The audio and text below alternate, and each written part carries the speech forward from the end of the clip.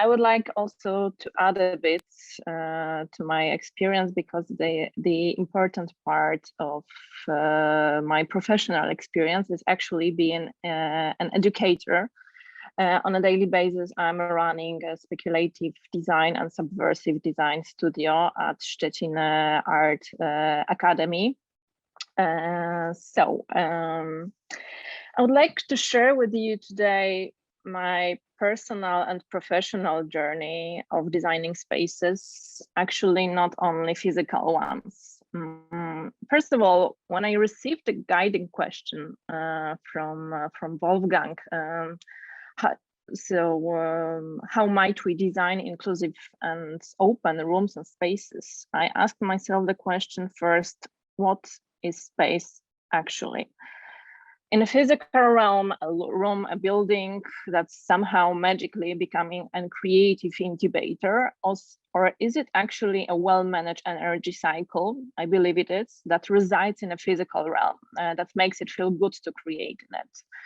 And I would also like to refer, as you read it before me, to Neri Oxman's creative Krebs cycle of creativity, because that question I asked myself reminded me of the cycle, which shows how the holistic interrelation between different domains or different peers, e.g. industry, young creatives, students, scientists, actually works. One realm inside the revolution or the evolution inside another and affect each other.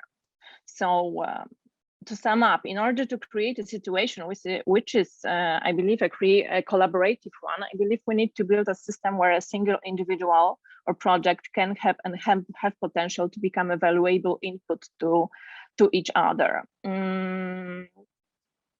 So today I would like to share with you my experience, my personal experience with situation and use tools that truly help me welcoming creative minds to innovate, which apparently happens in these in-between moments where ideas, as in Oxman's creative cycle, can easily flow between people from different backgrounds or between different realms. And here I would like to ask you the question, when was the last in-between moments where the magic happened, where creative idea bubbled in a discussion, ready to permeate the larger group and having a potential of getting bigger? Mine was exactly in between main dish and dessert, when I had a sip of great and tasty wine and a great discussion arose because the group I was with felt at ease, and we experienced the situation not only in the intellectual or mental way, so we didn't stay in our heads, but we also experienced it essentially. All our bodies were engaged, and this is, in my personal opinion, the magic spot. We know from sensorial design very well, but unfortunately it's not a common knowledge in building spaces. And the last post of Matylda Krzykowski, hopefully well known,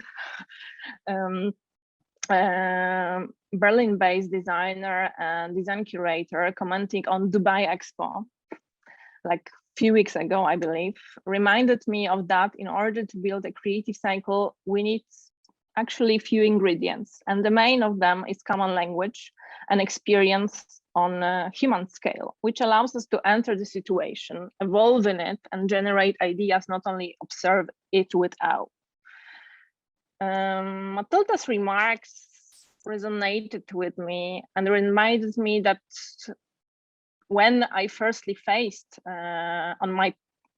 in my personal and professional journey, that kind of creative ecosystem based on common language of different peers that happen on human scale. Exactly. Back in 2020, right before COVID pandemic hit, I had a enormous pleasure, I still remember that time, to go trekking in ants in Peru. And one of my destinations, maybe known for people loving design and food romances, was a complex of restaurants located in Lima in Peru. They were called Central, Coya and Mayo, established by Michelin star chef Virgilio Martinez and his wife Pia. And the heart of this amazing food experience sanctuary, Mater Initiativa, which I realized that was a real local creative cluster on site. Mater Initiativa is an interdisciplinary organization that aims to articulate knowledge through research, interpretation, and cultural expressions. It's situated in Ants with a proximity to Morai ruins in Canterasses. That theme translate hypothetically ceremonial center that is on site to an agricultural laboratory, a result of collaboration of local communities with hundreds, even if not thousands, of local artists, collectors, producers working on that amazing place on a very high altitude. On site, I became familiar with a variety of native plants used for nutritional and medicinal purposes, and to see the alchemical process producing innovation-based food supply dedicated not only for five-star restaurants, but also for locals that are part of that amazing ecosystem. And last but not least, the gastronomic experience on site in that food sanctuary. Which I believe it is, that goes beyond expectation, because it's not just a dish or a final destination, but a real life experience on the local experiments that leaves you inspired, as it actually did to me. So much that I decided to instill that kind of approach in my professional experience as a speculative designer and design curator. I asked myself, coming back from there, why did it work? Why did it grow organically without a big initial funding and became one of the main drivers of developing the Ants Mountains area? And it actually was a human scale. The project was relevant and personal for locals, as well it was relevant and inspiring for visitors. It didn't grow with a complicated methodology, but with a genuine passion and local potentials. All the elements were added naturally and not designed to match perfectly. And this is my magic spot. In that imperfection, ideas can ferment and grow, and it built a genuine creative cycles which thrive even in that geographically demanding space on a high altitude. I can sum up Virgilio Martinez cluster, who was a founder of this enormous initiative, as a perfect execution of Tim Ingold, British anthropologist's words, that we have enough of theory and practice, and it's time for thinking and doing.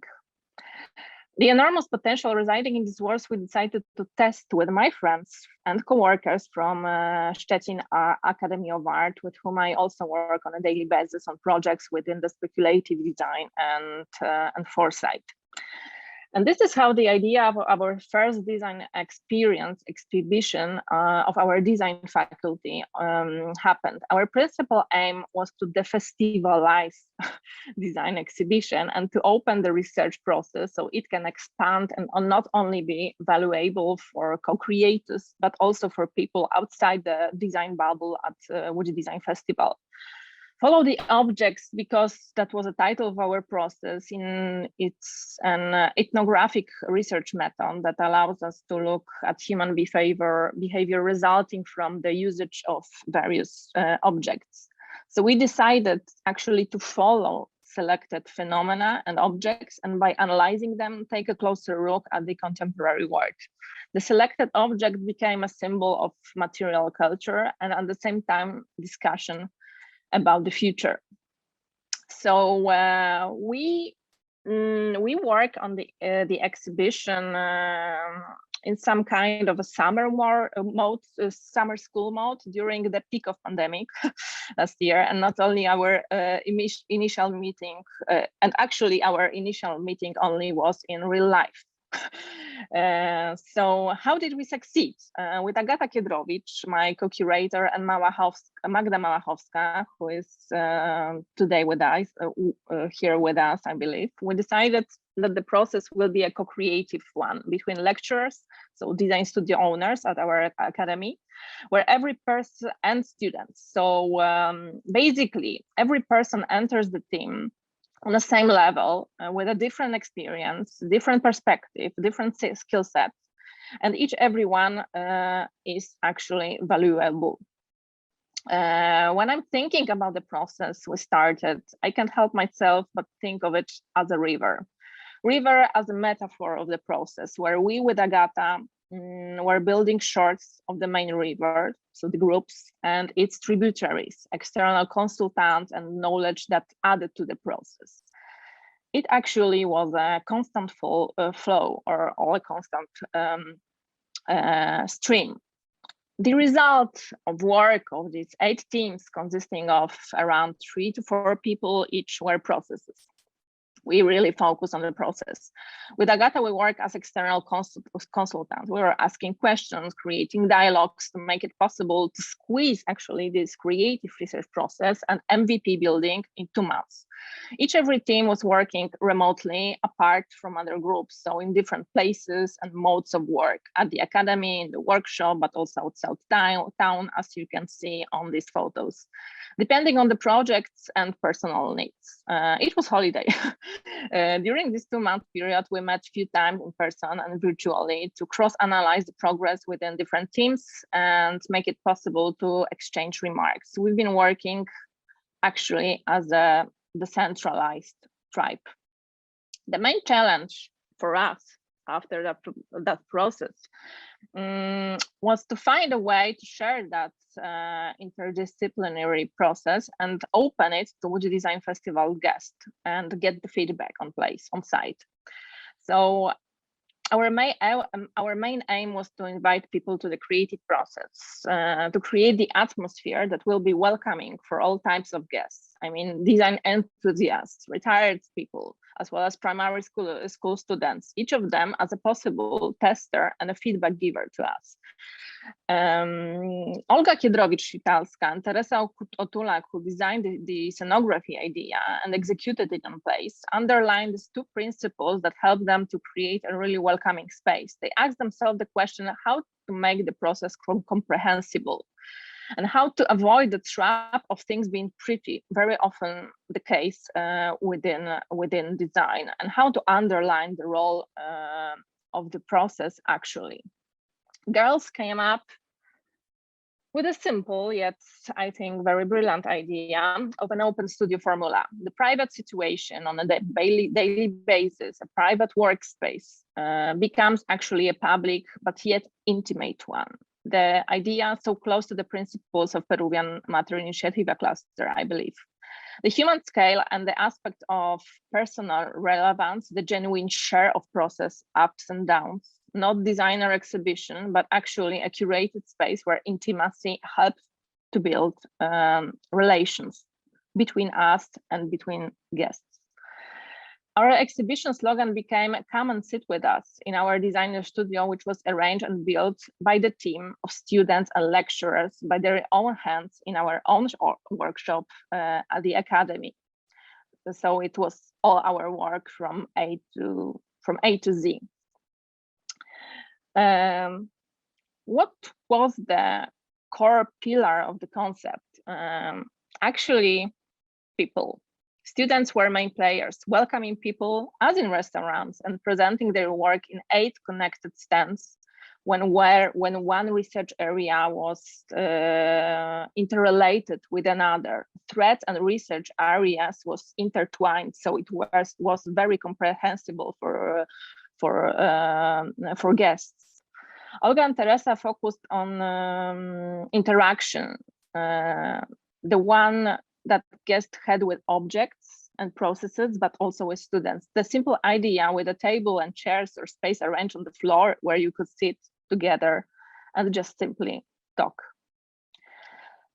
One of the effects of these amazing 4 days, because that was a duration of Łódź Design Festival last year, of that constant feedback, very often from people representative of sectors that could be potentially interested in developing our team's proposals, as well as potential recipients of our proposals. The open and honest research dealing with difficult and actually sometimes even uncomfortable topics resulted in deepened feedback and became an igniting spark of a possible startup. And it actually happened. actually happened. One of the developed project was Moja. Magda Małachowska, who is today with us, is one of our academy lecturers and the team member and the mentor. That project is dedicated to prevention of intimate women's health in a form of vaginal microlaboratory integrated with a mobile application. The object, resembling a silicone tampon, allows the monitoring of basic parameters important for further diagnostics. After our exhibition, the project actually started in December 2021, the incubation process at the Unicorn Hub in Lublin in Poland, with the second position out of 300 applicants. The team established a company and is now building an actual business model. So sum up, so how might we design inclusive and open Roman spaces, or maybe how can we build how can we build creative cycles that ignite innovations? From my experience, I think it is important to build a situation that will empower people in given environments, especially when we are working in decentralized tribes, as I said before. Culture and the approach to work actually transcends locations. Move from theory and practice to thinking and doing. Learn as you go, but first build the idea that can actually tackle challenges on a personal level. Environmental philosopher Glenn Albrecht claims that we are on the verge of moving from Anthropocene to Symbiocene. So the symbiosis, companionship and cooperation. So I think that my advice that I can share with you, and also my note to self, is to let's act like a tribe, which is now even more important than ever. Thank you.